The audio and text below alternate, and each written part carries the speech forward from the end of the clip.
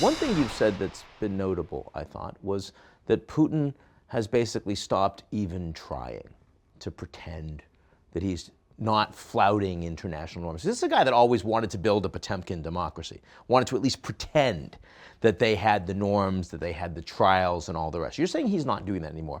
What do you think caused that change? When did it happen?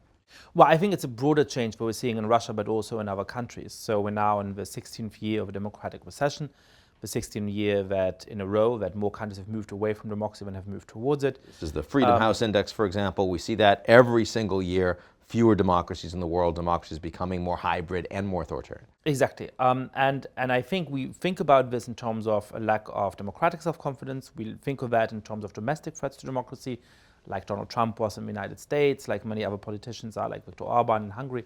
But one big thing that has happened is really a authoritarian resurgence. The growth of confidence of people like Xi Jinping in China and like Vladimir and Putin in Russia, who are saying, we no longer have to pretend to play by the rules of the United States, by the rules of the West, by the rules of what we used to call the liberal international order. We will actually just be honest about our demands on the international stage and our lack of respect for human rights and lack of respect for any semblance of democracy domestically.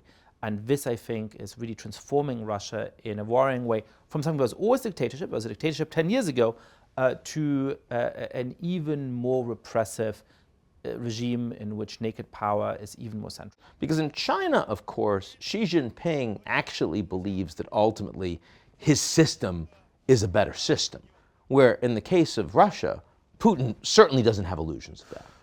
Well, I don't know whether or not he has illusions of that. I certainly think that Putin says and believes that the West is decadent, that traditional values are undermined in the West in worrying ways, and that actually the kind of strong leadership that he provides and the kind of supposed defense, at least, of traditional values that he provides is important. I never underestimate people's ability to be the heroes in their own stories.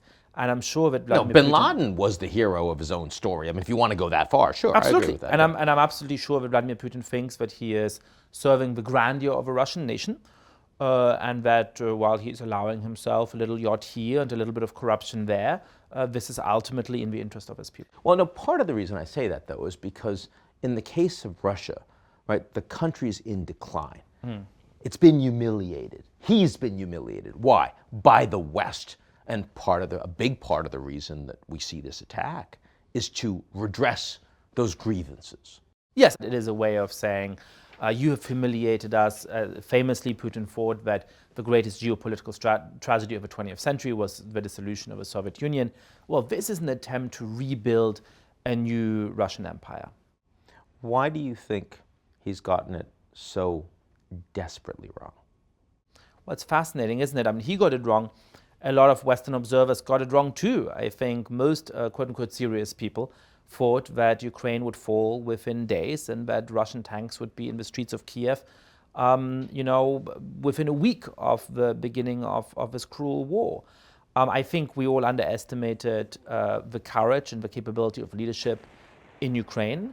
I think we also underestimated just how deeply corrosive corruption is, how deeply corrosive a kleptocratic regime is, not just for the ability of Russia to innovate or to have billion-dollar patents or to have develop its human talent, but for its military strength. For its military, for its actual ability to make sure that tanks don't get stuck because they haven't been oiled properly.